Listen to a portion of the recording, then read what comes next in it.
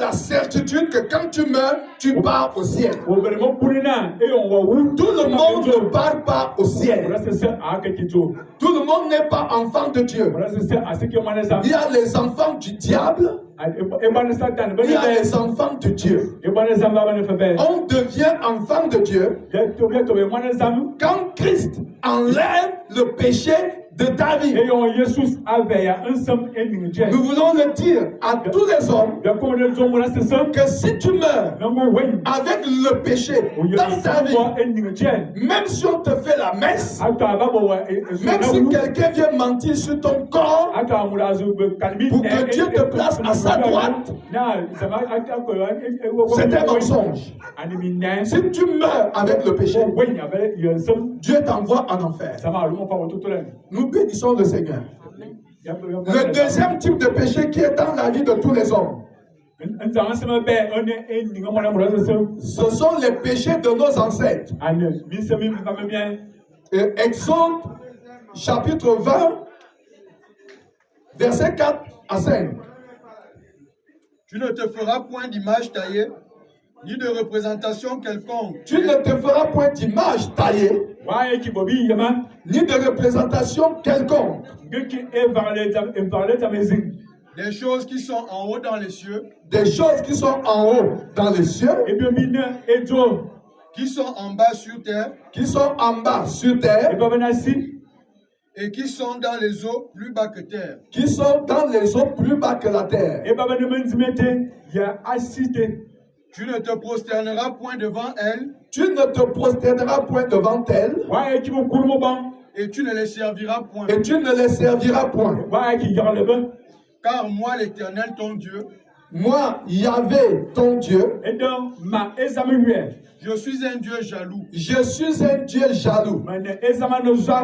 Qui punit l'iniquité des pères sur les enfants. Qui punit l'iniquité des pères sur les enfants.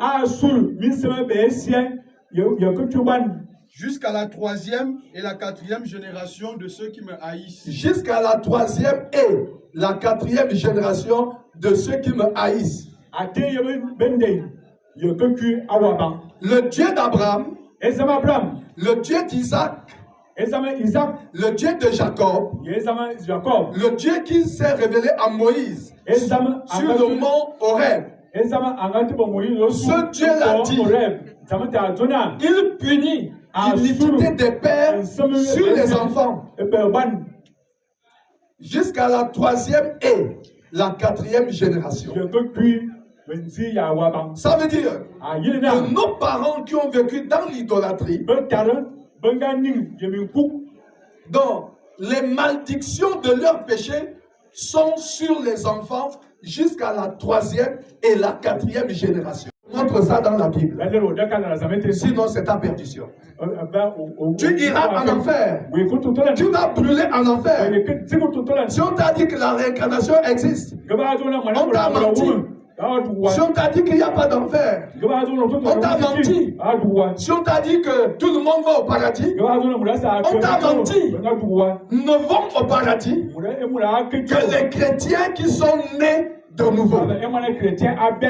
Jésus-Christ de Nazareth, que nous chantons, que nous louons, que nous prions, qui est le roi des rois, qui est le Seigneur des seigneurs. Jésus-Christ de Nazareth dit que si un homme n'est né de nouveau, il ne peut voir le royaume de Dieu. Donc, tu ne peux pas penser que tu n'es pas né de nouveau. Et puis c'est quelqu'un qui va dire à Dieu de te prendre. C'est la moquerie. Nous bénissons le Seigneur Jésus.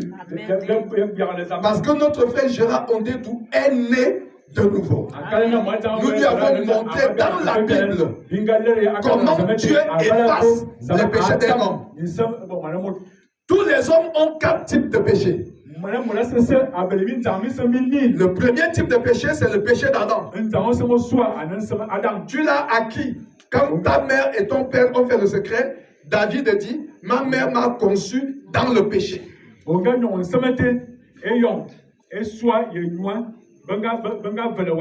C'est le deuxième type de péché. Le péché des ancêtres. Dans ta vie, tu as le péché de ton père et de ta mère. Dans ta vie, tu as le péché de ton père et de ta mère. Lamentation 5:7. Quelqu'un va lire. Je vais montrer que tu as le péché là où tu es là. Je t'ai montré dans la Bible que tu as le péché d'Adam. Je t'ai montré dans la Bible que tu as le péché des ancêtres. Je te montre dans la Bible que tu as les péchés de ton père et de ta mère. Péché paternel, péché maternel. Lamentation 5:7. Nos pères ont péché. Nos pères ont péché. Ils ne sont plus. Ils ne sont plus. Et c'est nous qui portons la peine de leurs iniquités. Quelqu'un peut dire Amen. Amen. Ton père n'est plus. Mais la Bible dit que tu portes le péché de ton père dans ta vie.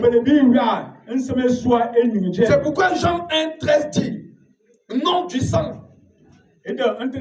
Parce que les péchés de ton père et de ta mère sont passés par le sang. Ils sont passés par le sang. Quand tu regardes ton caractère, tu as copié de ton père, tu as copié de ta mère. Il y a des péchés paternels dans ta vie.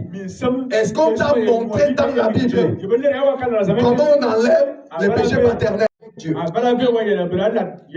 On doit te montrer dans la Bible comment Dieu enlève le péché d'Adam de ta vie. Tous les hommes ont le péché d'Adam. La Bible dit dans le psaume 51, le verset 7.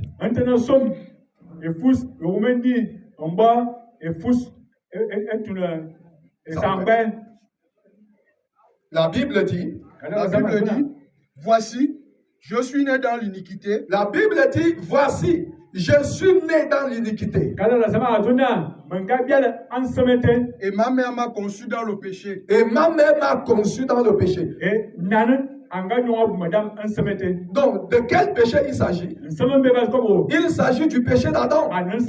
Tu peux te dire chrétien, mais tu as le péché d'Adam. Si on ne te montre pas dans la Bible comment on enlève le péché d'Adam, tu meurs avec le péché, mais tu vas en enfer. Tout en te disant pasteur, tout étant prêtre, tout étant prophète, tout étant chantre, tout étant ancien à l'église. Mais tu as le péché d'Adam en toi. Parce que ta mère t'a conçu dans le péché. Si tu ne connais pas comment on enlève le péché dans lequel ta mère t'a conçu, tu meurs avec ce péché, Dieu t'envoie en enfer. C'est le premier type de péché. Romains chapitre 5, le verset 12. Romains 5, verset 12. Donc nous devons bien comprendre, quand on dit qu'on est chrétien, ça veut dire qu'on appartient à Christ. Ça veut dire qu'on croit à ce qui est écrit dans la Bible. Il n'est pas question que tu t'es dit chrétien, mais après tu te retrouves en enfer. Romains chapitre 5, le verset 12. C'est pourquoi, comme par un seul homme, le péché est entré dans le monde, et par le péché, la mort. Et qu'ainsi la mort s'est étendue sur tous les hommes, parce que tous ont péché. La Bible dit, dans Romains chapitre 5, le verset 12.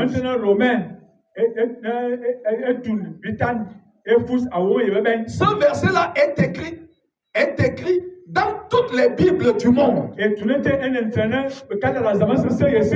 Et quand on a fait de toi le chrétien, on devait te montrer comment donc on enlève ce péché. Romains